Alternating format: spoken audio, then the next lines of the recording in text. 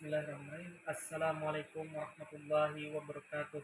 Alhamdulillahirabbil alamin wa bihi nasta'in wa ala umuri dunya waddin. Wassalatu wassalamu ala asyrafil anbiya'i wal mursalin sayyidina wa maulana Muhammad wa ala alihi wa sahbihi wa barik wasallam.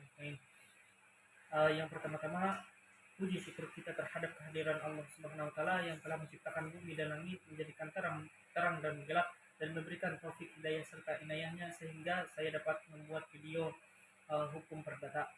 Sebelum itu, izinkan saya memperkenalkan diri. Perkenalkan, nama saya Ahmad dari Prodi Hukum Tata Negara, Fakultas Syariah, NIM 2212 140042. Baik, langsung saja. Saya akan membahas yang pertama mengenai struktur dan pembagian lingkup hukum. Hukum terbagi menjadi dua kelompok, yaitu hukum publik dan hukum privat. Tujuan dari diberlakukannya hukum adalah membatasi perilaku masyarakat dan juga mewujudkan keadilan di dalam masyarakat. Hukum publik adalah keseluruhan peraturan yang merupakan dasar negara untuk mengatur pola bagaimana caranya negara melaksanakan tugasnya. Jadi merupakan perlindungan kepentingan negara. Maka dari itu, untuk memperhatikan kepentingan umum, maka pelaksanaan peraturan hukum publik dilakukan oleh pengusaha. Adapun ciri-ciri hukum publik antara lain, yang pertama, ruang lingkupnya merupakan kepentingan negara atau masyarakat dengan orang perorangan. Yang kedua, penguasa negara berkedudukan lebih tinggi ketimbang orang perorangan. Yang ketiga, hukum publik ditegakkan demi tujuan bersama dan kepentingan masyarakat luas. Yang keempat, ada banyak hubungan antara negara, masyarakat, individu, serta unsur politik di dalamnya. Selanjutnya, macam-macam hukum publik, yaitu ada 4. Yang pertama, hukum tata negara. Yang kedua, hukum tata usaha negara. Yang ketiga, hukum internasional. Yang keempat, hukum pidana. Sedangkan hukum privat adalah hukum antar perorangan yang mengatur hak dan kewajiban perorangan yang satu terhadap yang lainnya dalam pergaulan masyarakat. Bidang hukum privat meliputi tentang orang, hukum keluarga, hukum benda, hukum perkaitan, dan hukum waris. Hukum privat mengatur tentang hubungan dalam masyarakat yang menyangkut 3 poin, yaitu yang pertama, keluarga dan kekayaan para warga atau individu. Yang kedua, hubungan antara warga atau individu. Yang ketiga, hubungan antara individu dan alat negara sejauh alat negara tersebut di dalam lalu lintas hukum berkedudukan sebagai individu. Hukum yang termasuk privat, yaitu ada beberapa poin. Yang pertama, hukum perdata tentang pribadi. Yang kedua, hukum perdata tentang harta kekayaan. Yang ketiga, hukum benda tetap atau agraria dan hukum benda lepas. Yang keempat, hukum perdata tentang perikatan. Yang kelima, hukum perjanjian, hukum menyelewengkan perdata dan hukum perikatan lainnya. Yang keenam, hukum perdata tentang hak imaterial. Yang ketujuh, hukum keluarga dan hukum waris. Yang kedelapan, hukum dagang. Setelah mengetahui struktur dan pembagian lingkup hukum, kita akan langsung membahas mengenai hukum perdata. Jadi, apa itu hukum perdata? Makna atau definisi hukum perdata. Hukum perdata adalah hukum atau aturan yang berpusat pada dua subjek hukum atau lebih, dengan menitik beratkan masalah pada kepentingan pribadi subjek hukum tersebut. Sedangkan para ahli memberikan definisi yang berbeda-beda mengenai hukum perdata ini. Seperti menurut Subekti, hukum perdata meliputi semua hukum privat material, yaitu segala hukum pokok yang mengatur kepentingan seorang. Sementara Sri Swedewi Mahasheon atau Mahasheon Supwan menyebutkan bahwa yang dimaksud dengan hukum perdata adalah hukum yang mengatur kepentingan antara warga negara perorangan yang satu dengan warga perorangan yang lainnya. Dan para ahli lainnya seperti Wirjono Prododikoro, Sudikno Martokosomo, dan Polmar juga memiliki definisi yang berbeda mengenai hukum perdata ini. Sedangkan jika kita melihat pengertian hukum perdata dalam artian luas dan sempit, yaitu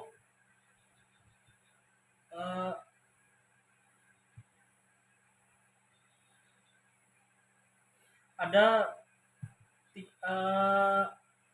2 poin. Yang pertama, hukum perdata dalam arti yang lebih luas adalah hal hukum dalam arti hukum perdata atau BW, yaitu semua hukum dasar yang mengatur kepentingan individu. Yang kedua, hukum perdata dalam arti sempit adalah hukum perdata dalam pengertian Kitab Undang-Undang Hukum Perdata BW. Subjekti mengatakan hukum perdata dalam arti yang lebih luas mencakup semua hukum privat yang substantif, yaitu semua hukum dasar yang mengatur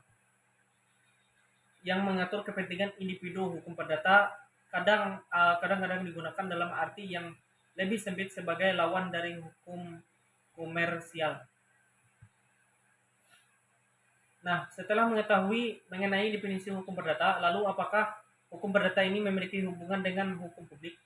Hubungan hukum perdata dengan hukum publik. Hukum dilihat dari sisi atau materi.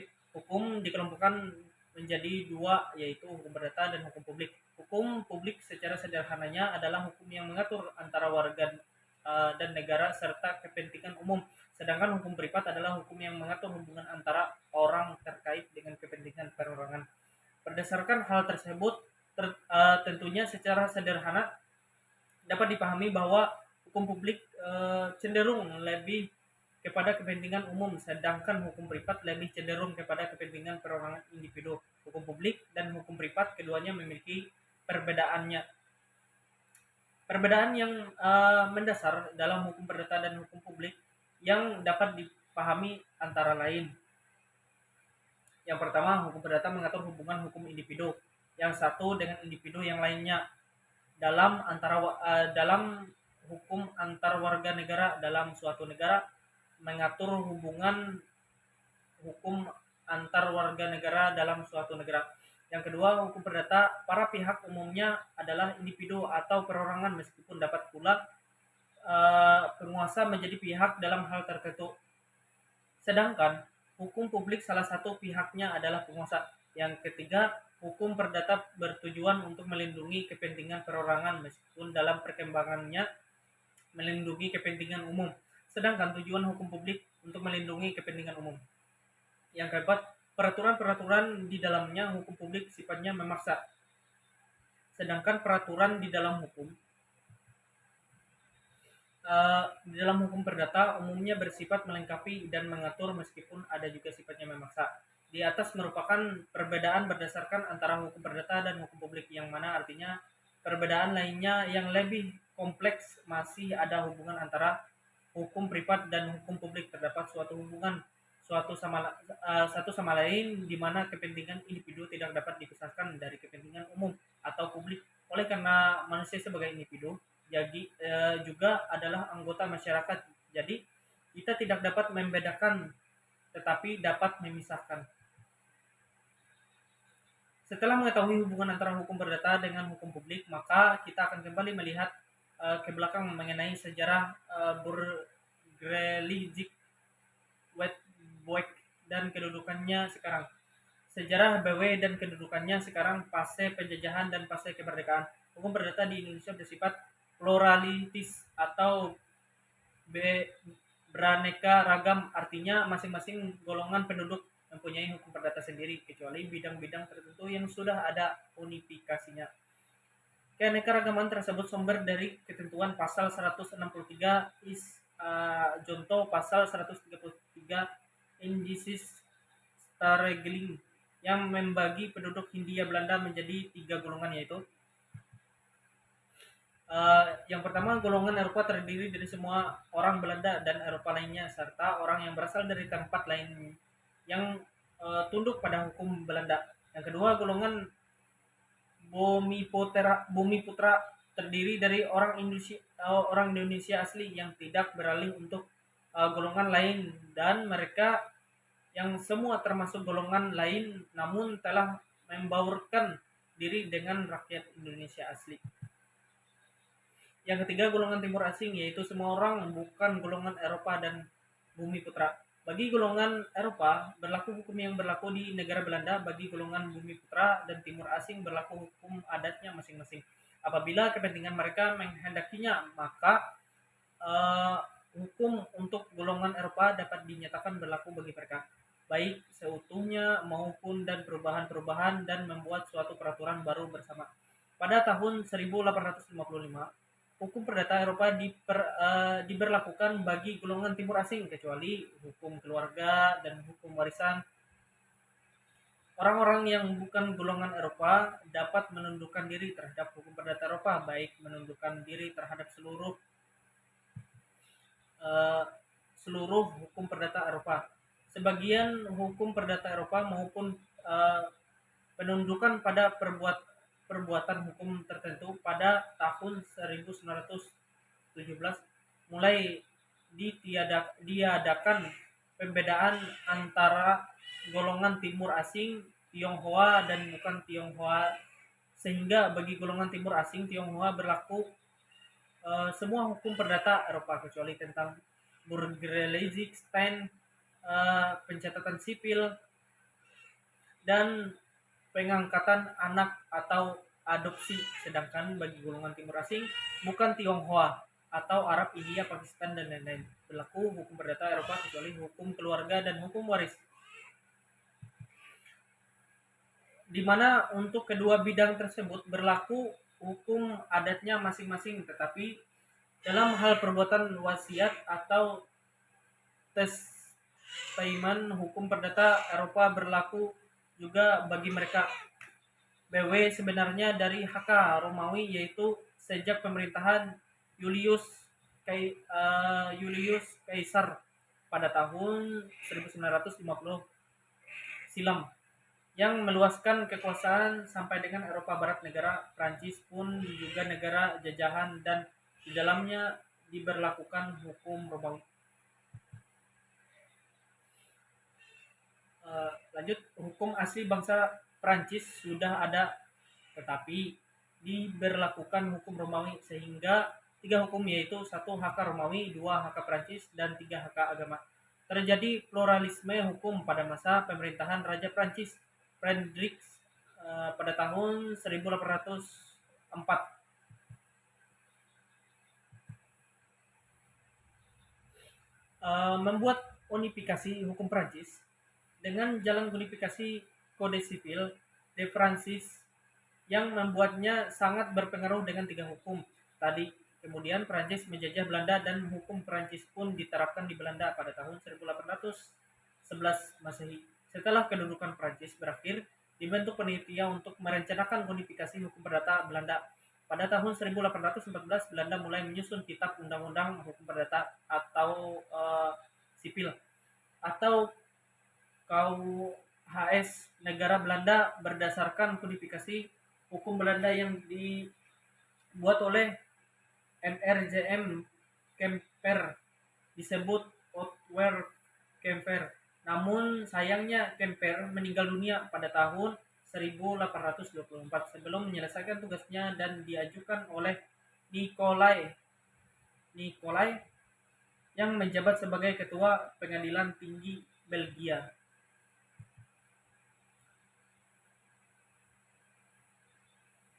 Di dalam membuat hukum perdata Belanda, sebagian besar kode sipil dan sebagian kecil hukum Belanda kuno dipadukan menjadi kodifikasi Belanda. Pada tahun 1830, keinginan Belanda tersebut terrealisasi pada tanggal 6 Juli 1830 dengan membentukkan dan kodifikasi yang baru diberlakukan pada tanggal 1 Oktober 1838. Oleh karena telah terjadi pemberontakan di Belgia, yaitu 1 Burgerlijk Wetboek yang disingkat BW atau Kitab Undang-Undang Hukum Perdata. Yang kedua, Wetboek van Kopendel disingkat WPK atau yang dikenal dengan Kitab Undang-Undang Hukum Dagang. Pada tahun 1848, hukum Belanda diterapkan di Indonesia Hindia Belanda pada waktu Belanda menjajah Indonesia.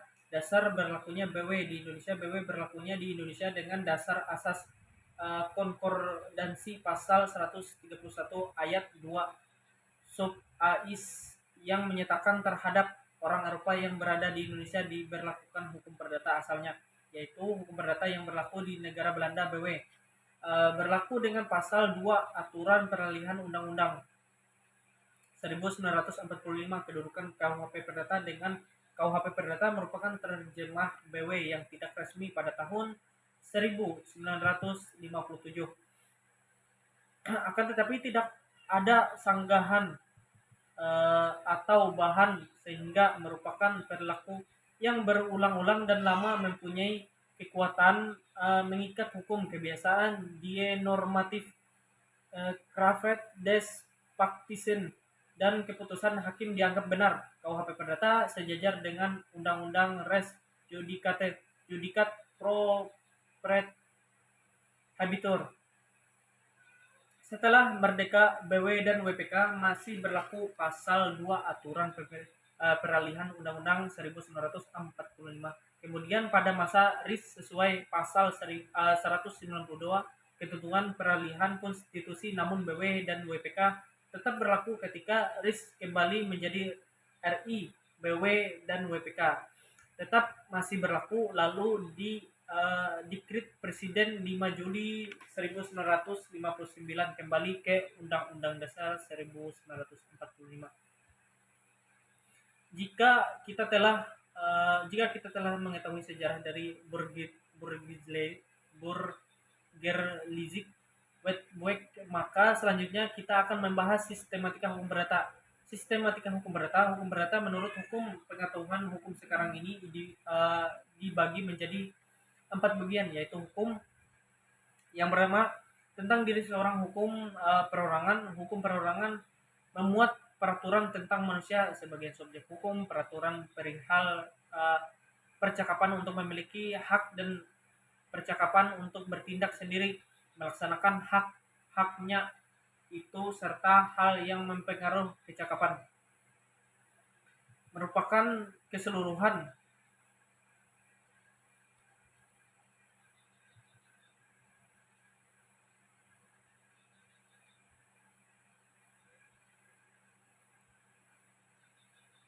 sehingga merupakan perilaku yang diulang-ulang dan lama mempunyai kekuatan mengikat hukum kebiasaan die normatif Kravet des Praktisen dan keputusan hakim dianggap benar. KUHP Perdata sejajar dengan Undang-Undang Res Judicat Pro Privat Habitur.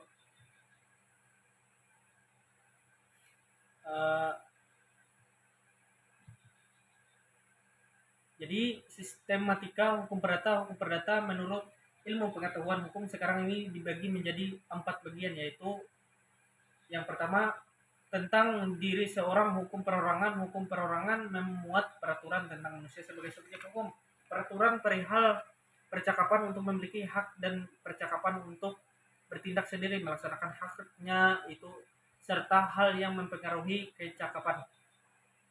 Merupakan keseluruhan norma hukum yang mengatur mengenai kedudukan orang, mengenai manusia sebagai subjek hukum, kecakapan bertindak dalam lalu lintas hukum, catatan sipil, ketidakhadiran dan domisili termasuk kedudukan badan hukum subjek hukum perdata. Yang kedua, kekeluargaan. Hukum keluarga merupakan keseluruhan norma hukum yang mengatur hubungan hukum bersumber pada pertalian kekeluargaan, misal perkawinan, perceraian, kekuasaan orang tua, perwalian, dan perempuan. Yang ketiga, kekayaan terbagi atas hukum kekayaan yang absolut, hukum kekayaan yang relatif. Hukum kekayaan merupakan keseluruhan norma hukum yang mengatur antara subjek hukum dan harta kekayaan atau mengatur mengenai hak dan kewajiban yang dapat dinilai dengan uang. Hukum kekayaan yang absolut berisi hak kebendaan, yaitu hak yang memberi kekuasaan langsung atas suatu benda dan dapat dipertahankan terhadap setiap orang. Hukum kekayaan yang relatif berisi hak perorangan, yaitu hak yang timbul dari suatu perkaitan dan hanya dapat dipertahankan terhadap pihak-pihak tertentu saja. Yang keempat, waris hukum. Waris merupakan keseluruhan norma hukum yang mengatur peralihan hak dan kewajiban di bidang hukum kekayaan dari si pewaris kepada sekian ahli warisnya beserta akibat-akibatnya. Sistem hukum perdata menurut undang-undang yaitu susunan hukum perdata hukum sebagaimana termuat dalam KUHP Perdata. yaitu buku yang pertama tentang orang pan person, yang kedua buku yang kedua tentang benda pan zaken, yang ketiga buku ketiga tentang perikatan atau pan perbitinisen, yang keempat tentang pembuktian dan daluarsa pan bewijes and verjaring pan bewis everywhere.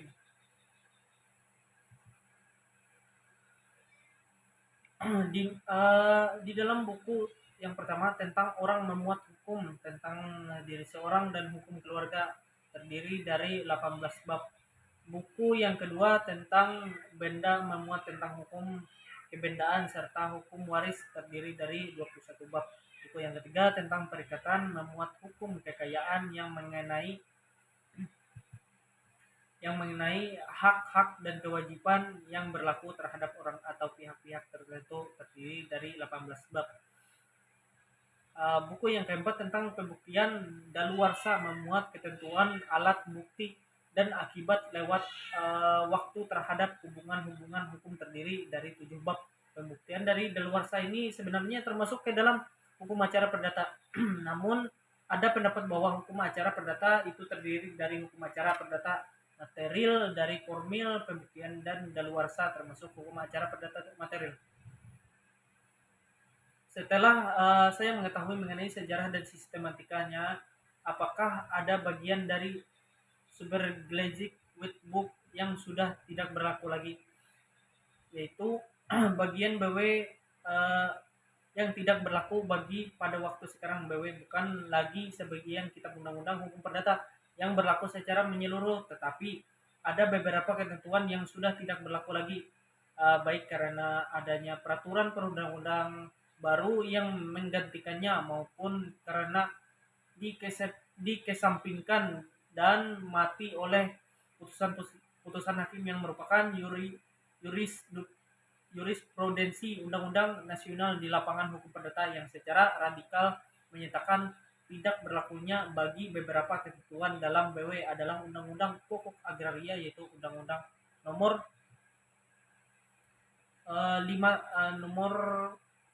5 tahun 1960, sehingga ketentuan buku 2 KUHP Perdata sepanjang mengenai bumi, air, dan kekayaan alam yang terkandung di dalamnya, kecuali tentang hipotik, dinyatakan tidak berlaku lagi. Ketentuan tentang hipotik kemudian diatur oleh Undang-Undang Nomor 4 Tahun 1996 tentang hak tanggungan setelah adanya UPA. Penegasan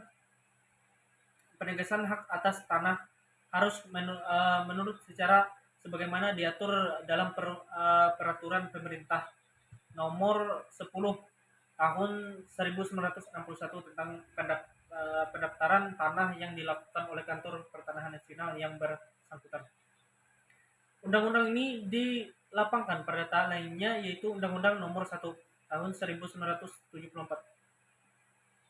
tentang perkawinan dengan PP nomor 9 tahun 1975. Dengan adanya undang-undang perkawinan tersebut, maka pasal yang mengatur tentang perkawinan dan segala sesuatu yang berhubungan dengan perkawinan dalam buku 1 BW sepanjang telah diatur dan Undang-Undang nomor 1 tahun 1974 dinyatakan tidak berlaku lagi. Hal yang telah diatur oleh Undang-Undang Perkawinan di antara lain tentang dasar perkawinan, syarat-syarat perkawinan, pencegahan perkawinan, batalnya perkawinan, hubungan antara orang tua dan anak, perjanjian perkawinan, dan lain-lain. Ketentuan lainnya adalah Undang-Undang Nomor 4 Tahun 1961 tentang penggantian nama, sehingga pasal-pasal dalam buku 1 BW sepanjang telah diatur dalam undang-undang tersebut dinyatakan tidak berlaku lagi. SEMA atau Surat Edaran Mahkamah Agung nomor 3 tahun 1963 juga merupakan salah satu ketentuan yang menyatakan beberapa pasal dalam BW tidak berlaku lagi. Nah, bagian terakhir yang akan saya bahas adalah tentang sifat dari hukum perdata. Sifat hukum perdata adalah menurut kekuatan berlaku atau kekuatan mengikatnya. Hukum perdata dibedakan atas hukum yang bersifat melengkap atau dan hukum yang bersifat memaksa. Hukum yang bersifat pelengkap adalah peraturan-peraturan yang boleh dikesampingkan oleh orang-orang yang berkepentingan sepanjang kepentingannya berkehendaki peraturan tersebut disampingkan, seperti pasal 1477 BW tentang tempat penyerahan barang. Nah, sedangkan hukum yang bersifat memaksa adalah peraturan-peraturan hukum yang tidak boleh dikesampingkan sehingga harus ditaati oleh orang yang berkepentingan, seperti perceraian hanya dapat dilakukan di depan sidang pengadilan berdasarkan alasan yang sah yang telah ditentukan. Hukum perdata yang bersifat memaksa merupakan hukum perdata yang mengandung ketentuan-ketentuan tentang kesusilaan dan ketertiban umum. Misalnya pasal 39 Undang-Undang Nomor 1 Tahun 1974 ditentukan bahwa perceraian hanya dapat dilakukan di depan sidang pengadilan berdasarkan alasan yang sah yang telah ditentukan. Hukum perdata yang bersifat memaksa tidak berarti melaksanakan dapat dipaksakan, seperti undang-undang dilarang memutuskan perjanjian secara sepihak sebagaimana tertera dalam pasal 1334 ayat 2 KUHP Perdata. Baik, itu tadi adalah penjelasan kembali secara singkat mengenai materi hukum perdata. Setelah saya membahasnya, maka saya dapat menarik kesimpulan bahwa Burgerlizik tidak serta merata berbentuk dan dijalankan begitu saja, melainkan dengan sejarah yang sangat panjang. Saya akan berharap semoga materi yang saya sampaikan tadi bermanfaat dan dapat menambah ilmu wawasan bagi teman-teman juga di luar sana. Saya juga mengucapkan mohon maaf apabila ada kesalahan dalam perkataan dan perbuatan.